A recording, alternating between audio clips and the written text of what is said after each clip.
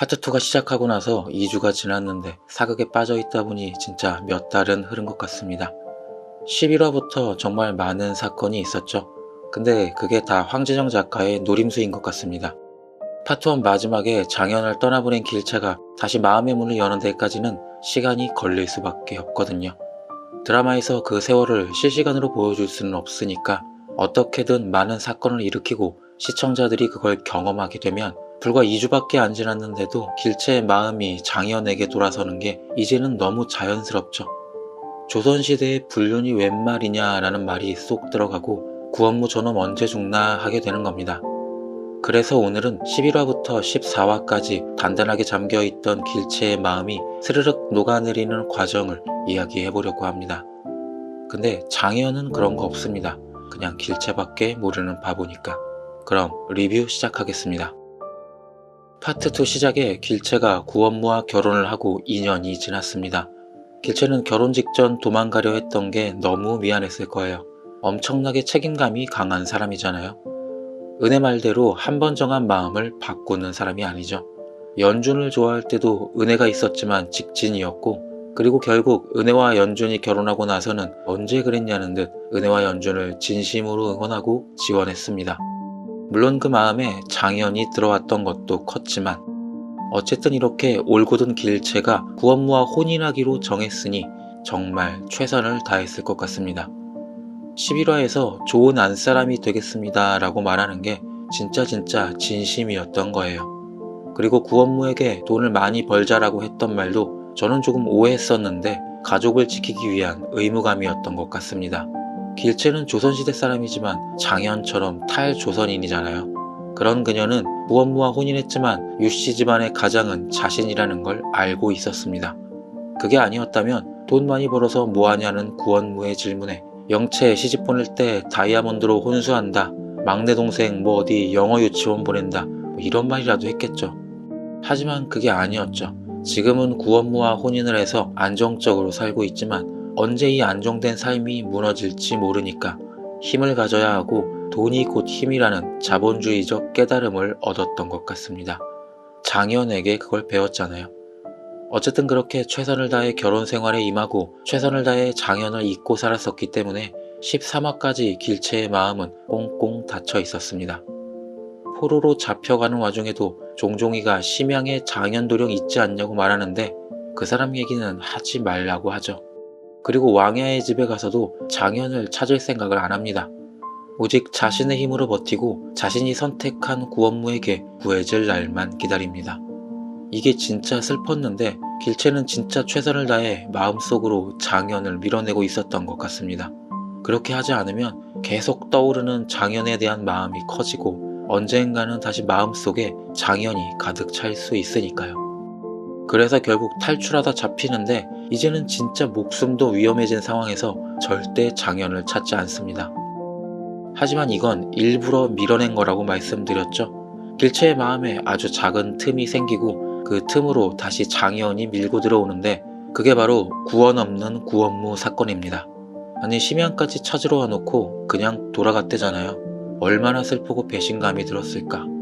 자신은 진짜 최선을 다해 장현을 밀어내고 구씨 집안의 안사람이 되려고 노력하고 있는데 그리고 정절을 잃지 않기 위해 스스로 꽃병을 머리에 깨고 청나라 사람 귀를 자르면서 악착같이 버텼죠. 진짜 구원무의 안사람으로 있기 위해 길채는 벌써 몇 번이나 목숨을 걸고 이겨냈습니다. 근데 그걸 몰라주고 구원무는 돌아가 버렸고 그날 밤 그렇게 잊으려 하고 밀어냈던 장현이 꿈속에서 찾아옵니다. 길채는 이제까지 절대 장현 생각을 안 하려고 했었죠.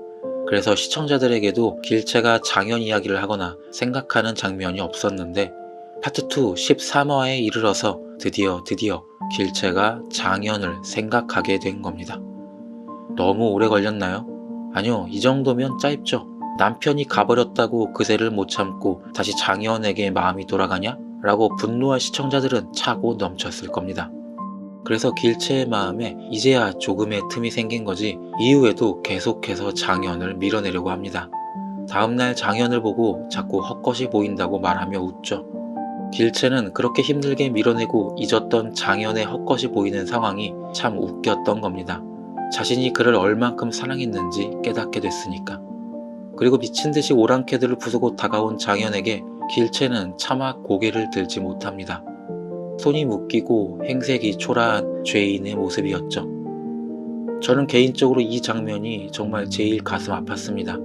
그토록 사랑하던 사람을 만났는데, 아니 사랑하지 않았더라도 이 먼 심양 땅에서 알던 사람을 만났고, 심지어 그 사람은 나를 구해줄 힘이 있는 사람인데 지금이라도 잠깐 불쌍한 척이라도 해서 구해달라고 하자라는 얄팍한 술수를 부릴 법도 한데 말이죠. 장현이 왜라고 소리치는 마음은 쉽게 이해가 됐지만 길채가 죄인처럼 고개를 들지 못하는 모습은 저에게는 더 생각지 못해서 와닿은 감동이었던 것 같아요. 그리고 장현이 기절하고 다시 끌려가자 부잠이 나타나 길채의 마음을 돌리려 하죠. 거기서도 이역관한테도 못 본 걸로 전화라는 길채. 진짜 은혜가 사람 보는 눈 하나는 기가 막히죠. 길채는 한 번 정한 마음을 쉽게 돌리는 사람이 아니었습니다. 아니요, 근데 장현에게는 쉽습니다. 왜냐면 길채밖에 모르는 조선 제일 바보검이거든요. 결국 길채를 구해오고 혼자 밖에서 술을 마신 장현이 들어오자 길채가 문을 열려고 합니다. 이게 상당히 의미가 있었죠.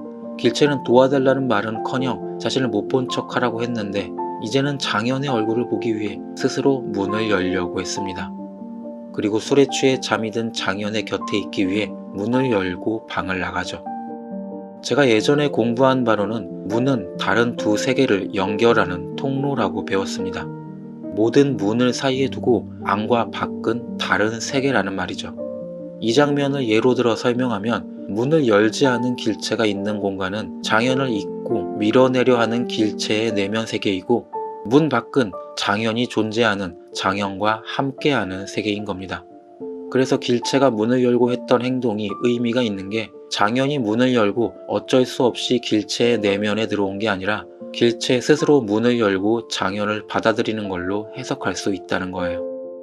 아무튼 그렇게 길채는 드디어 마음의 문을 열었지만 이게 마음의 문을 연 거지 사실 현실적으로는 할 수 있는 게 없었습니다. 자신은 유부녀고 조선으로 돌아가야 하니까. 그래서 장현도 다음날 민망해하면서 길채를 속환시키려고 하죠. 하지만 이대로 길채가 조선으로 돌아간다면 마음속 장현을 다시 밀어내고 문을 닫았겠죠. 그래서 황지정 작가는 길채를 조선으로 돌려보내지 않습니다. 이쯤 되면 각화는 악역을 빙자한 엄청난 조력자 캐릭터 같은데 그냥 그대로 길채를 속환시켰으면 됐을 거를 괜히 이상한 얘기를 해서 이제는 길채도 완전히 달라집니다. 나를 못 본 척해라, 나를 위해 아무것도 하지 마셔요 라는 말을 계속했죠. 근데 이제는 아닙니다. 각화에게 목숨 걸고 저주를 퍼붓는데 이게 2년간 참고 눌러왔던 길채의 사랑의 크기였던 것 같습니다.